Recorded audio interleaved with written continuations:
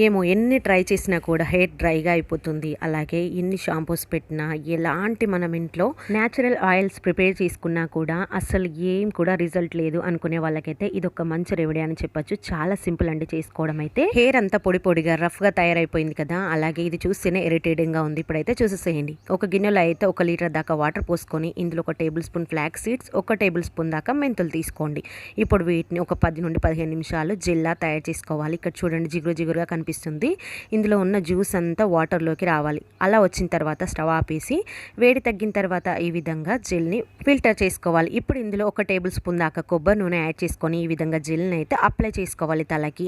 మనం తల స్నానం చేసే ముందు 1 గంట ముందు ఈ విధంగా అప్లై చేసుకొని మొత్తం ఆరిపోయిన తర్వాత తల స్నానం చేయాలి. ఏదైనా మైల్డ్ షాంపూతో హెయిర్ వాష్ చేసుకోవాలి. ఇది తయారు చేయడానికి కూడా టైం లేదు అనుకునే వాళ్ళకైతే ఆన్లైన్లో కూడా మనకి ఫ్లాక్స్ సీడ్ జెల్ అయితే దొరుకుతుంది. కావాలంటే ఆర్డర్ చేసుకోండి. స్ట్రాంగ్ అవడమే కాదు, చాలా సిల్కీగా చాలా స్మూత్గా అవుతుంది.